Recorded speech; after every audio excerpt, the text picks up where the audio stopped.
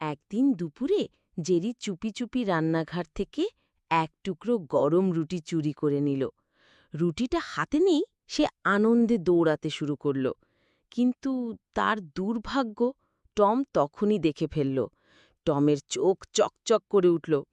উম এই রুটি আমার চাই বলেই সেই জেরির পেছনে ছুটে গেল।